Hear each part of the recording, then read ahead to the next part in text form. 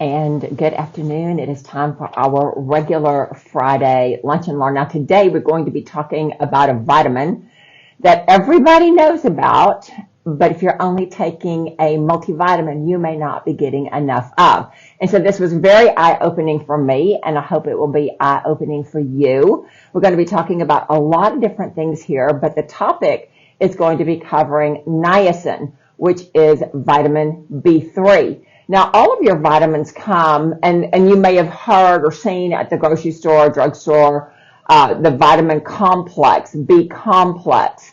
And that's because vitamins, the B vitamins do work together, do work better when they are together. However, the way we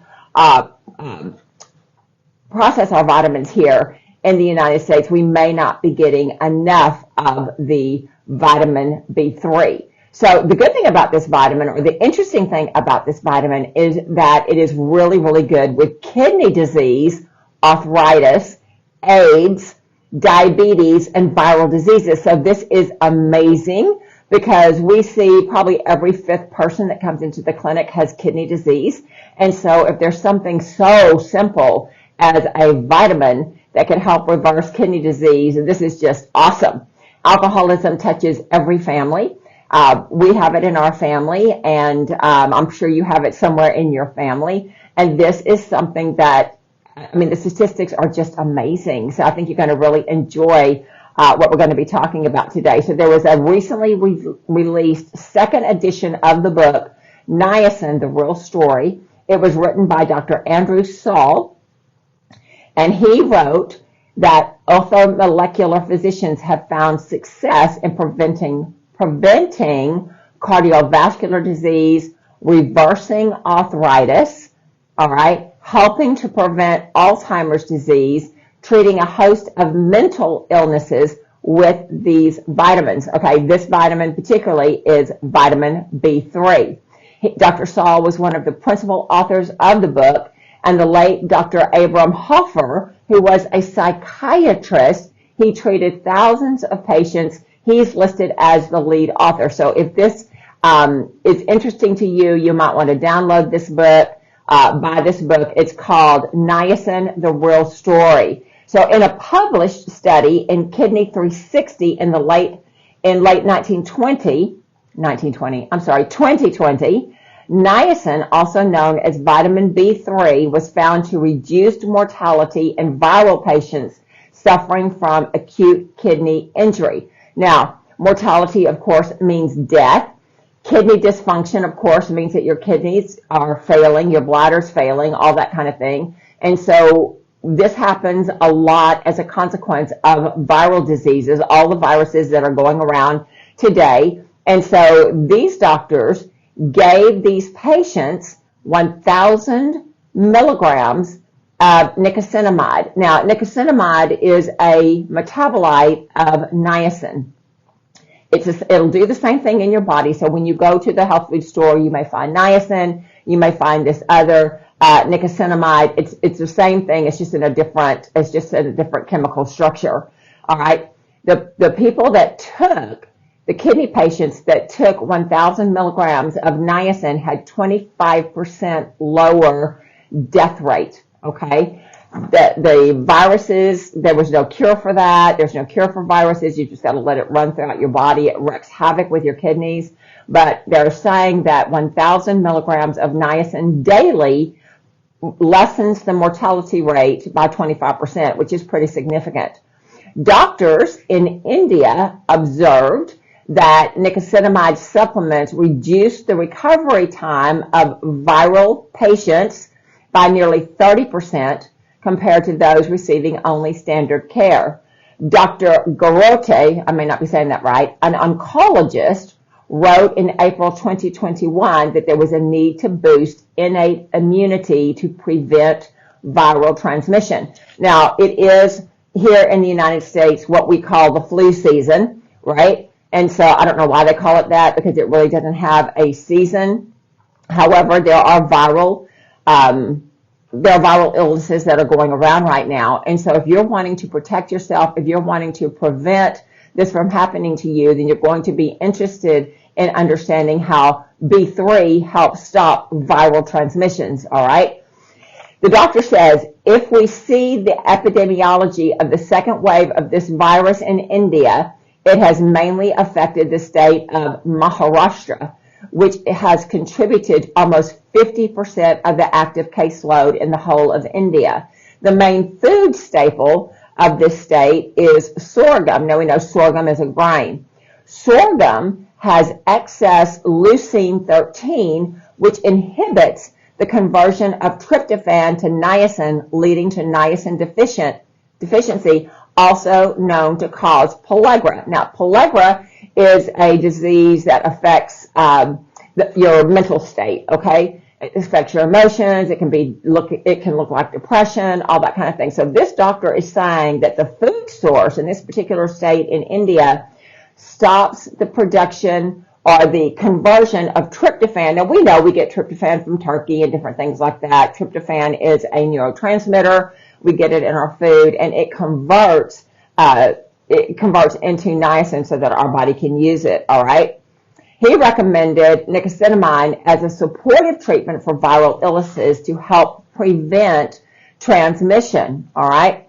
Dr. Ted Penberthy, the author of a chapter on viruses in the niacin book, said that he has been obsessed with niacin and its healing properties for 23 years. Now, we know about the B vitamins. We know about B complex, but we don't really know about all the different things that the different Bs do. Now, we do know some things, like we know that long time ago in the United States, we used to be able to have a drug called Laetrile. Now, Laetrile was a synthetic form of B17. B17 is part of your B complex, and Laetrile was so effective at curing cancer that they made it illegal here in the United States in about the 1960s. So you can look that up, you can Google that, but that is part of the B complex. So this doctor, Dr. Ted Penberthy, says, and this is a quote, "There's research that shows that niacin reverses chronic kidney disease." He has a doctorate in biochemistry. This reversing kidney disease does not happen with conventional approaches. Niacin is converted into nicotinamide adenine dinucleotide, or NAD for short, which is a coenzyme found in every living cell. It works with enzymes to enable chemical reactions to produce energy. Viral infectious diseases stimulate an immune response that depletes NAD in infected cells, and it's linked with very severe cases of infection. You can boost your NAD with high doses of niacin, says Dr. Penberthy. The cell will die within 30 seconds without NAD. There is a distinct pathway that depletes your NAD, and then the cells die. NAD is required for over 400 gene functions. So if you're tired, if you're prone to viral infections, if you have chronic fatigue and that kind of thing, you may just find that a simple vitamin of B3 is exactly what your body needs, all right? NAD is required for more than 400 gene functions. The vitamin effect can change the course of some of today's most prevalent diseases. When was the last time your doctor prescribed vitamin B3, right? It's been a minute. I'm sure it's been a minute. They don't usually prescribe vitamins at all. When they, when the people that I deal with, when they talk to their doctor about vitamins and supplements and all that kind of stuff, their medical doctors will say, well, all you're going to do is just have expensive urine because you're just going to pee everything away, right? Well, this medical doctor is saying that the niacin can absolutely change the course of your disease. And so this is something that's really, really important. Vitamin B3 increases insulin sensitivity and decreases the risk of cardiovascular disease, which is the number one case or complication of diabetes. Niacin has an incredibly safe record, and he said he has absolutely no concerns whatsoever. So how many people do you know that have diabetes? Lots.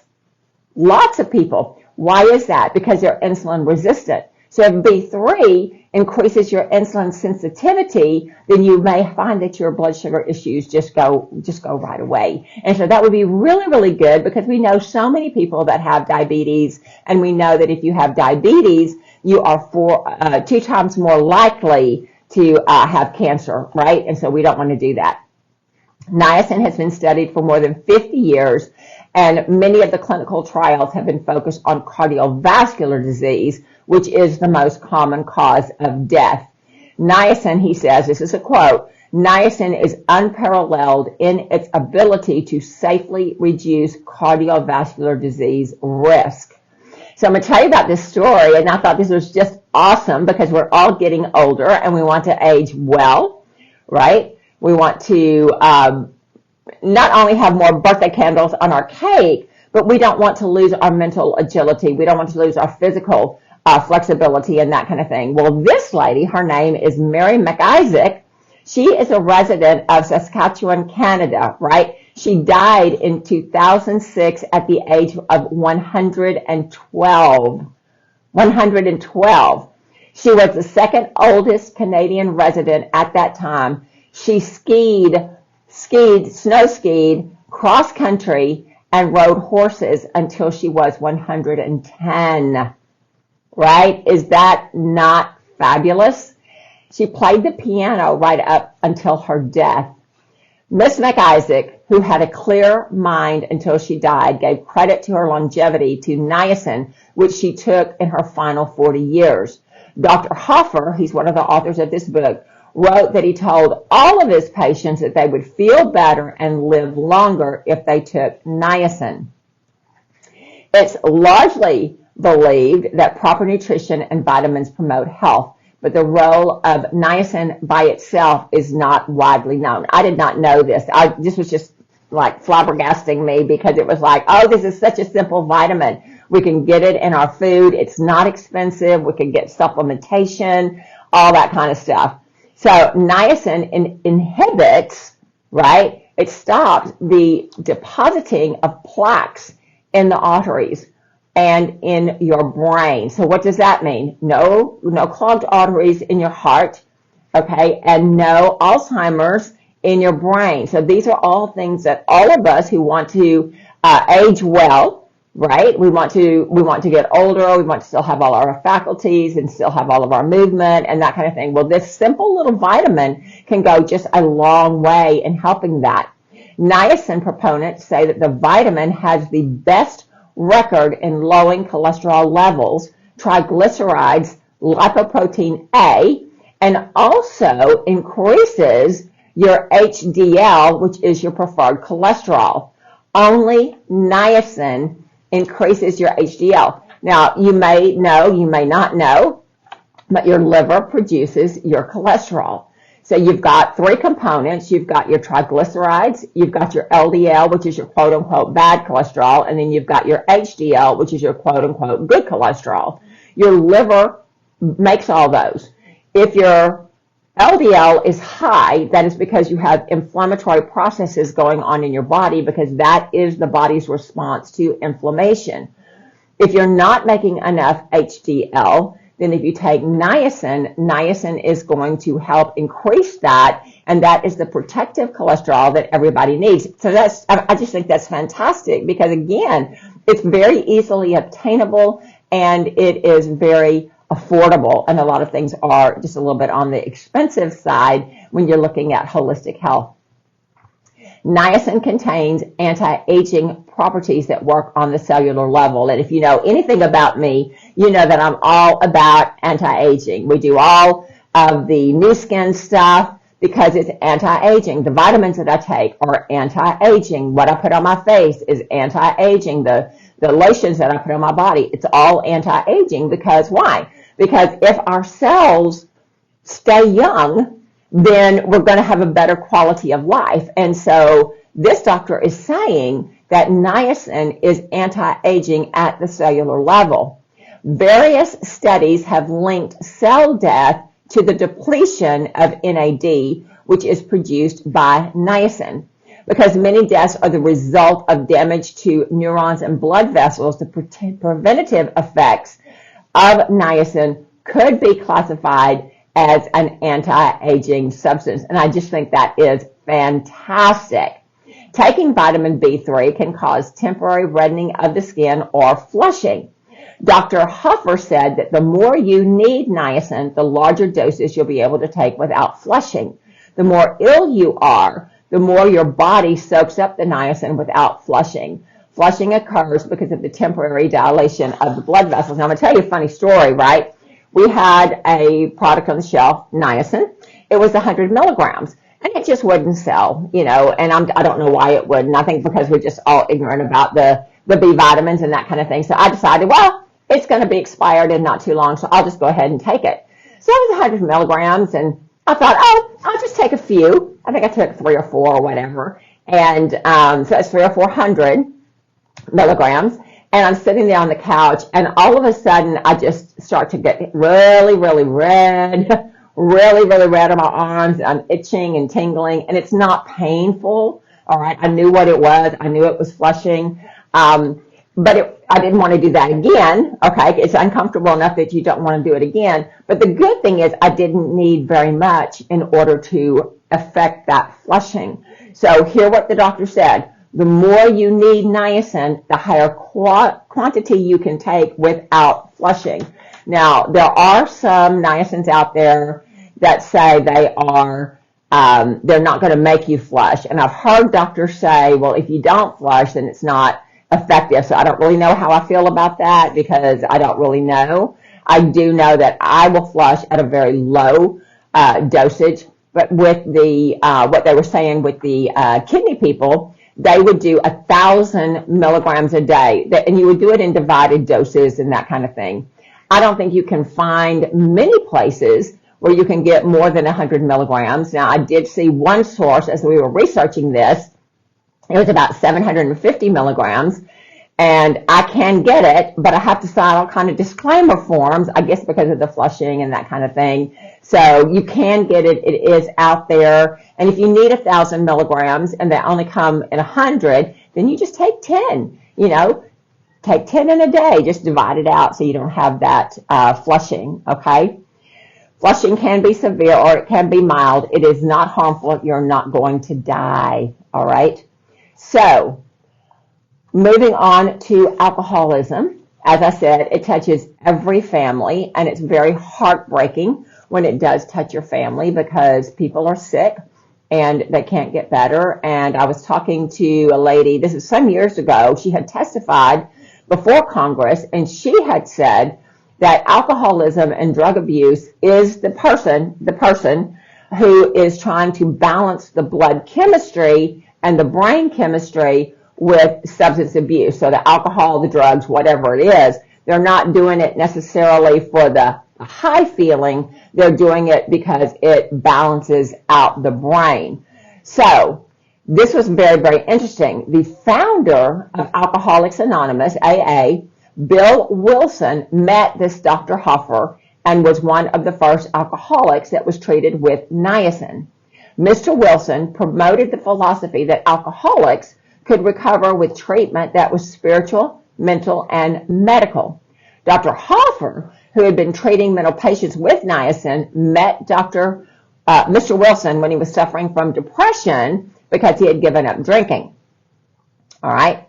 According to Dr. Hoffer, Mr. Wilson began taking niacin 3 times a day and was normal within 2 weeks. Now, I'm imagining, they didn't say what the dose was, but I'm imagining it would have been at least 100 milligrams 3 times a day, right? They don't say what normal was, but I'm imagining, because of the context of the story, that he did not want alcohol anymore after 3 weeks or 2 weeks. So I think this is just phenomenal. And I think if any of us have anybody in our family that have alcohol issues, if we would buy them a bottle of niacin, I think it comes 100 milligrams, 3 times a day, and in 2 weeks, if they could be normal, that would be amazing. Don't write to me and tell me that alcoholics are normal, because they're normal people, but they've got some issues that need to be dealt with so they can live to their full potential. Because he was quote unquote normal within 2 weeks, he wanted to take this cure to the Alcoholics Anonymous and his friends who had problems with alcohol as well. So he enlisted 30 of his friends at AA to try niacin, and 20 of them became well within a couple of months. That's phenomenal. What an easy cure for someone who battles alcoholism. The results were shared with the AA doctors who agreed that niacin was an effective treatment, but there was opposition from the medical people at the international headquarters of Alcoholics Anonymous. However, Mr. Wilson, who was a co-founder of AA, distributed literature to AA physicians and wrote a book called The Vitamin B3 Therapy in 1960, it doesn't say what year. He did die 3 years after that at the age of 75.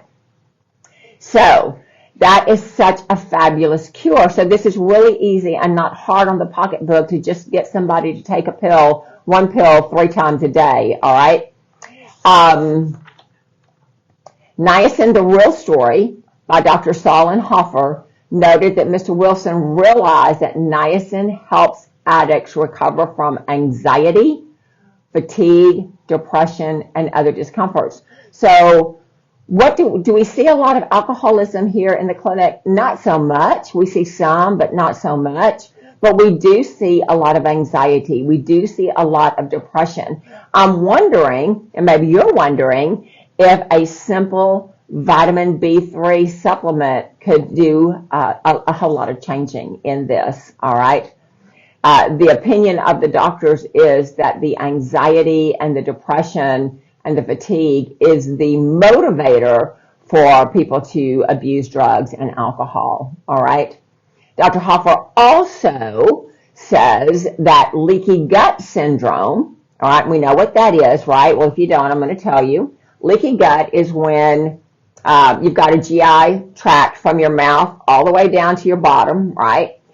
Think of your mucous membrane like scales, really nice and tight. It keeps all of your junctions, all of your cells really nice and tight. So food goes through the tube and all of this mucosal membrane is tight, can't get through there.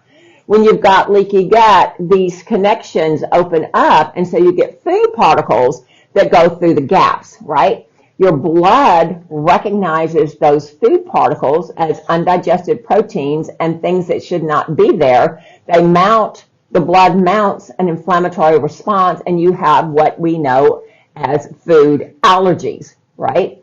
So Dr. Hofer is talking about the leaky gut syndrome, and he says that because alcoholics suffer from gastrointestinal permeability, he prescribed 100 milligrams daily along with abstinence of alcohol, a healthy diet to heal the gastrointestinal system. So earlier we read that they treated alcoholics with 100 milligrams 3 times a day.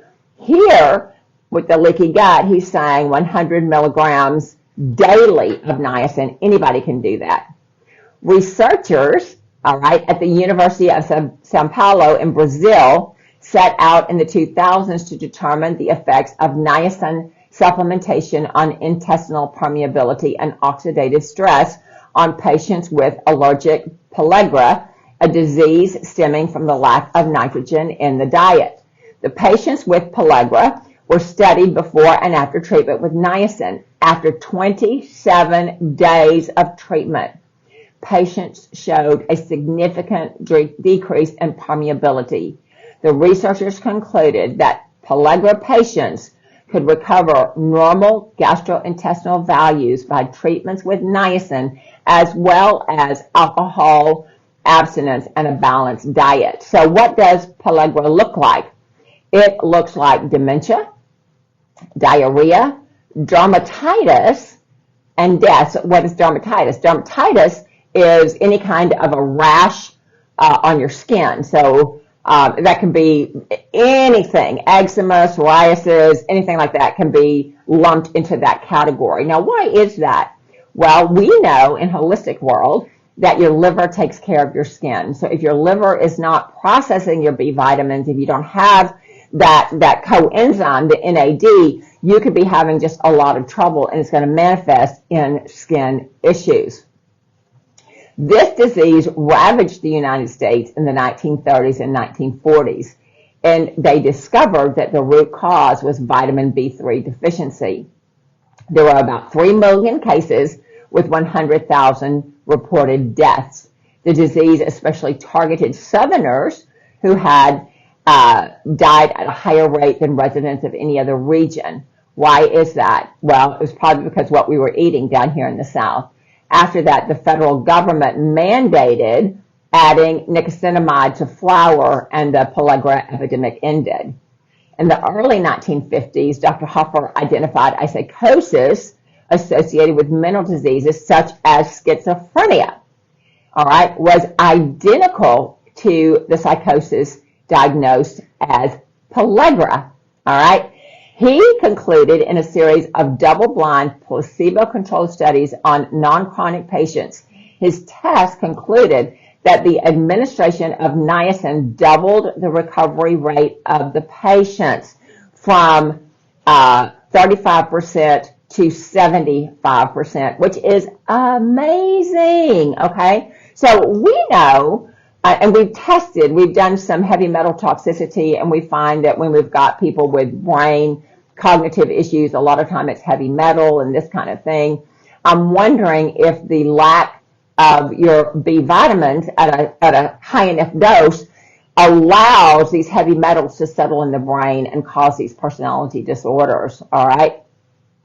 He says once you see a schizophrenic patient become normal, it becomes unforgettable. And I know you're singing that song in your head because I am too. Vitamin B3 with AIDS and HIV. I mean, this is just amazing. All right. So the idea that mental patients could be effectively treated by vitamin B moved over into the different disciplines of medicine, and doctors started treating patients with viral infections with the vitamin B3, right? They found that the B vitamins have been effective in aiding recovery of patients with AIDS and HIV. Niacin deficiency is a hindrance to recover from serious viral infections. So in a study of 281 HIV positive men conducted in 1993 in the Washington area shows that those that took large quantities of multiple vitamins had a relative hazard of their HIV progressing to AIDS of 52% compared to those that didn't take supplements. Johns Hopkins University reports that niacin was associated with a significantly decreased progressive rate to AIDS. I mean, that is fabulous, fabulous, fabulous. We know that we don't want any kind of diseases to progress, but these very, very dangerous, deadly diseases, we do not want them to progress. Dr. Penberthy said in this important 7-year study that it did not receive the publicity that it should have. He said it was odd because a 50% reduction in AIDS from just vitamins, right? At the right dose, the right kind, to the level that you need it, reduce the progression of HIV to AIDS in 50%. That is absolutely phenomenal. When have you ever heard that? When have you heard that there was a potential cure for that? All we see is what the pharmaceutical companies want us to see on the news, all right? So this is really, really important. I looked at, because the report said something about arthritis and the different other diseases, I did some research and found some PubMed articles that said that there was a man who had bone-on-bone arthritis in his knee, and he started taking vitamin B3, and I think he took 3,000 milligrams. Sorry, my throat was a little dry. He was taking 3,000 milligrams a day, which is a lot. It is a lot. But over a period of, I think it was 2 months, he was no longer in pain. He had more flexibility, he had more freedom of movement. And this is exciting, exciting news because we're not hearing that. I didn't hear that when I was studying to get all of my certifications for the things that I do. And so this is why we researched to bring this information to you. And so I know that everybody tuning in knows somebody who has alcohol issues. I just know that. Everybody knows somebody that is a diabetic. Probably everybody knows somebody that has kidney disease, right? We know people that are suffering from viral diseases, right? May not be AIDS, may not be HIV, but we know people that are suffering with viral diseases. If we could just start supplementing with vitamin B3, right? 100 milligrams a day would be the less that I would do, okay? I'm going to start. I have some, as I said, I have some at home, and I took too many, and I flushed and all that kind of stuff. However, I'm going to start taking it again because why? I want to prevent plaquing in my brain. I want to prevent plaquing in my heart. I want to prevent arthritis. I want to prevent insulin resistance, all the things. So if we want to live long, live strong, this would be a really good supplement to add to whatever you take in the day. I know you're taking a multi. I'll take a multi too. However, I'm going to up my B3 and just make sure that all of those age-related things don't happen to me. And I want you to do it too, okay? It is the weekend. Take care of yourself. Do a lot of self-care. And like, share, comment. We'll comment with you. And I appreciate the time that you give me every week. So you guys take care. And I will see you soon.